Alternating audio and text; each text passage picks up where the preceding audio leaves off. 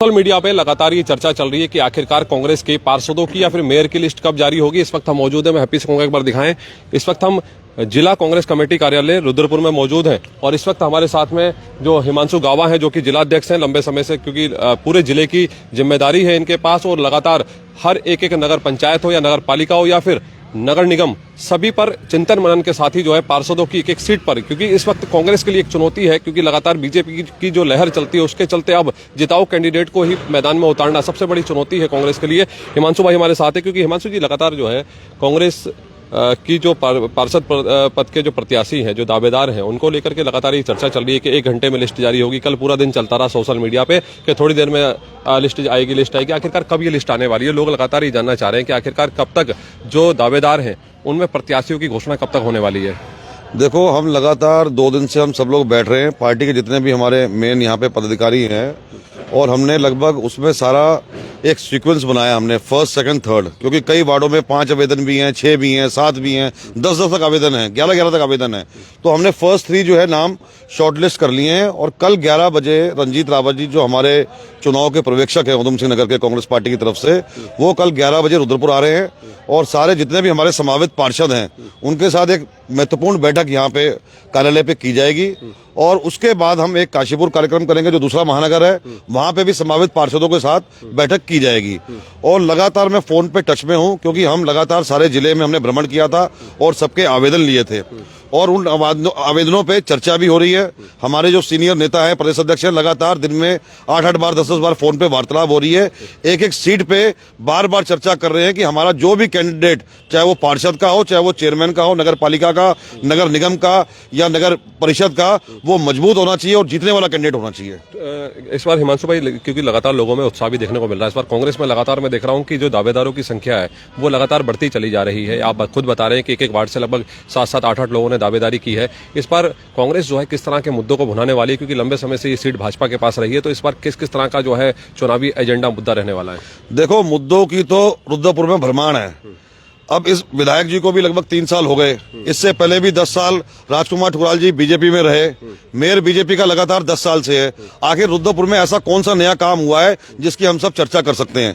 कांग्रेस कार्यकाल में रुद्रपुर में आपको कितने काम गिना सकता हूं कि बड़े बड़े रुद्रपुर में हुए जो आज लोग गिनाते हैं कि हाँ रुद्रपुर में सिटी क्लब भी आ गया, झील भी आ गया, आपका मेडिकल कॉलेज आ गया, तो मतलब बड़े बड़े काम हुए जो है। लेकिन इनके भारतीय जनता पार्टी के जब से ये कार्यरत हुए यहाँ पे, चाहे विधायक की सीट पे चाहे मेयर की सीट पे, रुद्रपुर के विकास बहुत पीछे रह गया। रुद्रपुर कम से कम 20-25 साल पीछे चला गया है। कूड़े का पहाड़ जो लगातार ये अपने चुनावी मैनिफेस्टो में कहते थे कूड़े का पहाड़ हम हटाने वाले हैं, कूड़े का पहाड़ इस कार्यकाल में हटाएंगे। कार्यकाल निकल गया और उसके बाद जब अधिकारियों को जब प्रशासक नियुक्त किया गया, उसके बाद जो कूड़े का पहाड़ हटा, कहीं ना कहीं आप मानते हैं ना कि फेलियर रहा है यहाँ पर बीजेपी का? अभी तो जनता को पूरी बात का पता नहीं है। इस कूड़े को, पहाड़ को हम कितने सालों से देख रहे थे लगातार, और कम से कम जो हमारे पास रिपोर्ट है कि 14 से 15 करोड़ रुपए इसको खर्च किया गया हटाने का।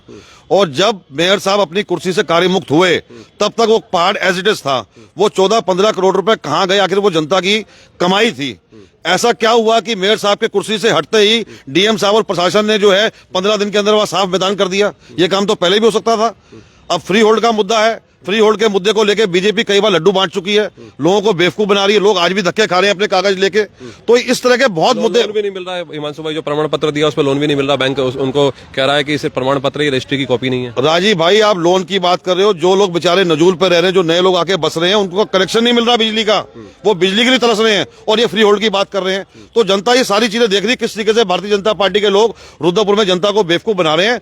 और आने वाले समय में लाजमी जो है कांग्रेस पार्टी मजबूती से चुनाव लड़ेगी और जनता साथ देगी, क्योंकि जनता ने 10 साल लगातार इनको देख लिया। और हम जनता में यही कहेंगे जाके कि भाई आपने बीजेपी का विधायक भी देख लिया, बीजेपी का मेयर भी देख लिया और सिटिंग विधायक बीजेपी का है। एक बार आप मेयर कांग्रेस पार्टी का बनाओ, तब आप हिसाब लेने वाले बनोगे, नहीं तो अभी तो आपको जो वो हिसाब देंगे आपको लेना पड़ेगा बैठ के। हिमांशु भाई, एक चीज और है, सोशल मीडिया पे लगातार इसी चर्चा चल रही है कि केंद्रीय नेतृत्व यहाँ पर पहुंचा है, राष्ट्रीय कुछ नेता यहाँ पर पहुंचे हैं या फिर राजकुमार ठुकराल यहाँ से दिल्ली की दौड़ लगा रहे हैं। आखिरकार क्या कुछ चल रहा है? कौन प्रत्याशी बनने वाला है रुद्रपुर? क्योंकि सबसे हॉट सीट है इस समय। राजकुमार ठुकराल को लेकर के सबसे ज्यादा चर्चा है कि राजकुमार ठुकराल कांग्रेस में शामिल होने की ऐसी कोई संभावना आपको कहीं दिखाई दे रही है? देखो, राजकुमार ठुकराल जी हमारे सीनियर नेताओं के टच में हैं, इसमें कोई बात छुपी हुई नहीं है और उनकी चर्चा हम भी सुनने की भी ज्वाइनिंग उनकी हो सकती है।